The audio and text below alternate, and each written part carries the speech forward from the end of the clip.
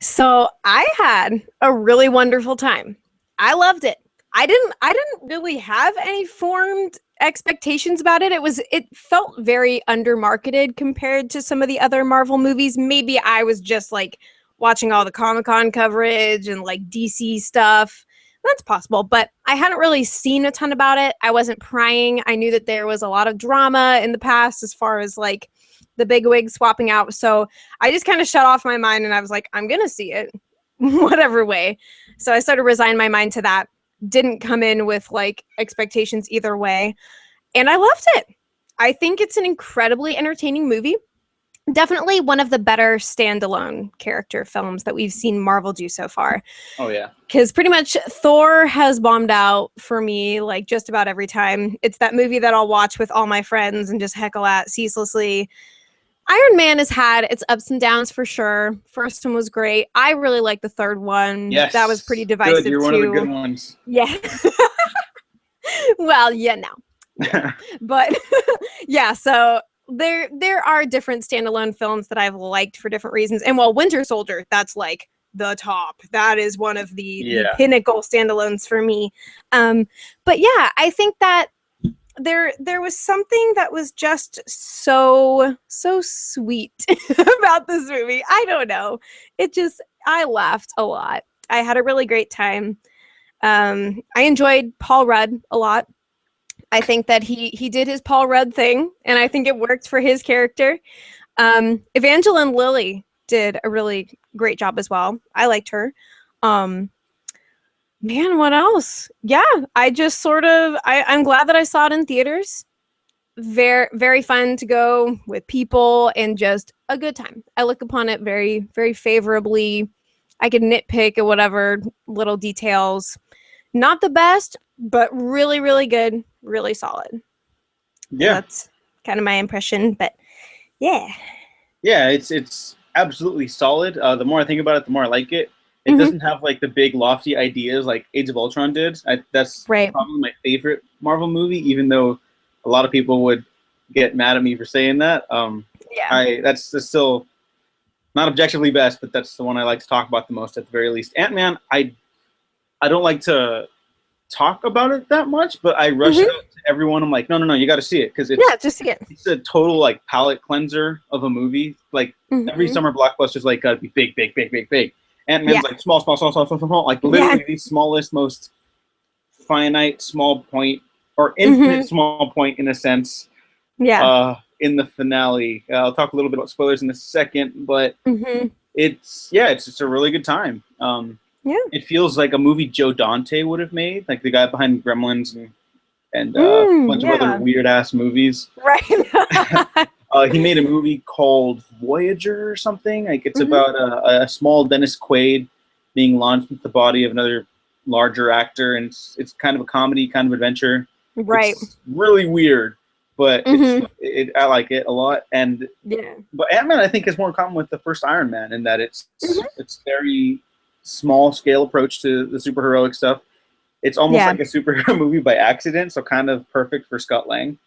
He doesn't have the big guilt thing that Iron Man does about like putting the world in harm's way. But I like that it's focused on just him wanting to prove himself to his daughter and to be a good dad and a good family member to his ex-wife and her new husband. And it's just it's a lot of heart. Like it does. Yeah, I think it's a good small family fun time at the theaters, and a lot of people complain about Marvel villains, and I think they forget that like a lot of villains suck in movies. And, like I don't know. I think the claim is a little overblown at times. I think Yellow Jacket. Well, Corey Stoll's good. The character is not much to him, but the Yellow Jacket suit is awesome.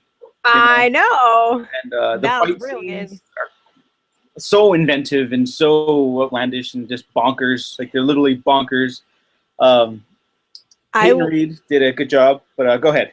Oh, I was just going to say before I forget it, because it's such a weird scene. So when they're like in the suitcase that's like falling out of the sky and then the Cure like disintegration comes on, I was laughing so hard because it was like, the least fitting song for that moment, but that's like kind of why they did it. Yeah. It's like disintegration. But anyway, No, that's a great moment. I don't know. I think I heard that was from Edgar Wright's original script, but I don't know if that's true because I then I heard otherwise. So I don't know. It's all a big mishmash of it kind of makes you wonder, but at the same time, you got to judge it for the movie that was made, and I think Peyton Reed did a very good job. I think he's going to be getting more phone calls after this movie to direct more stuff. I'm a fan of his cheerleader movie. I think I was going to say Step Up. What's it? Bring It On, I think it was. Oh, my bam. Crap, I forgot. Okay, well, I'm a fan of his cheerleading movie with Eliza Dushku and Kirsten Stewart. But yeah, I really liked what he did here. And Michael Pena stole the movie for me. Yes. I love Michael Pena in this role. I thought he was going to get a little annoying. That never happened. I just wanted him. I want him in like every Avengers movie. Him and Michael Douglas. So Michael Douglas can complain about every superhero. Yes. And so Michael Pena can just like tell them funny anecdotes and such. Yep. You know? I really like the way they did the storytelling thing, like with his words, like in everybody else's mouth. So it's like you're getting this crazy convoluted story where everyone is him. That had a pretty great effect. I enjoyed that a lot. Yeah, it's a really inventive little movie. You know, it's sort of like Honey, I Shrunk the Avenger. Pretty much. Yes, it like, is. Literally, because it's a shrinking superhero. But it's just so like, man, like 10 years ago, this movie would have made like $1 billion. Maybe not that much, but it would have made a lot of money. You know, I think it would have been on par with like the popularity of Sam Raimi's Spider-Man trilogy, where it's like the movie to watch whenever it comes out. Yeah. And I hope more people give it a chance because it's good. It's very good. I'd argue great. It's just not the world impacting superhero movie like Avengers or Guardians or Winter Soldier, but I think that's fine. I don't think every movie has to be, you know. Yeah. It does its own thing and it's a really fun time. I don't think the cameo, there's a quick cameo from another Marvel hero around the middle of the movie. And that's really fun. Yeah. It worked. Yes. That was a great moment. I enjoyed that too. Yeah, it doesn't have the Iron Man 2 problem where it's like everything, but for no reason. Like, it's a really good movie. Everyone should go watch it. Do you have anything else? I don't know. Yeah, like I think you hit the nail on the head. I thought it was very inventive, you know, and I think that maybe kind of intimidates certain viewers because they don't really know what to make of Ant-Man. Like when I told my parents about it, they were just immediately scoffing at the title. I'm like, you guys, come on, like get with the program. But yeah, really, really enjoyable overall. Also, I did learn today that George R. Martin's favorite Marvel movie is Sam Raimi's Spider-Man 2. Yes, he has the right answer. That's right. I just had to say that because it was in my mind, but Ant-Man is wonderful, and I think it definitely deserves a chance. And it is full of feel-good, happy times and adventure. So do it. Absolutely. And I guess this turned out to be a spoiler-free review. I kind of did. But yeah, okay. That's our spoiler-free review. That's fine. I asked people on Twitter way too late before we started recording the show, but I did get one response on your thoughts on Ant-Man.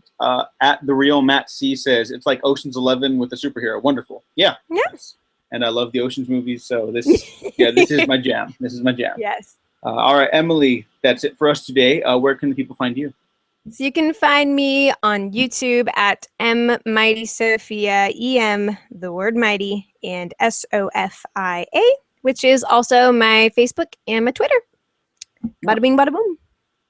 Bada bing, bada boom. All right. And then you can find me at Dago Waffles on Twitter, at We Talk Movies for AudienceEverywhere.net, where you can find most of my stuff. I talked about Ant-Man a little bit, not review, but why the ending works so well. And it's a contender for the best Marvel third act, like the big action climax. It's a contender for the best one for me. And why movie stakes are weird and how they could be any size or just not matter at all. And also check out, obviously, other Waffle Press podcasts. Links all down below.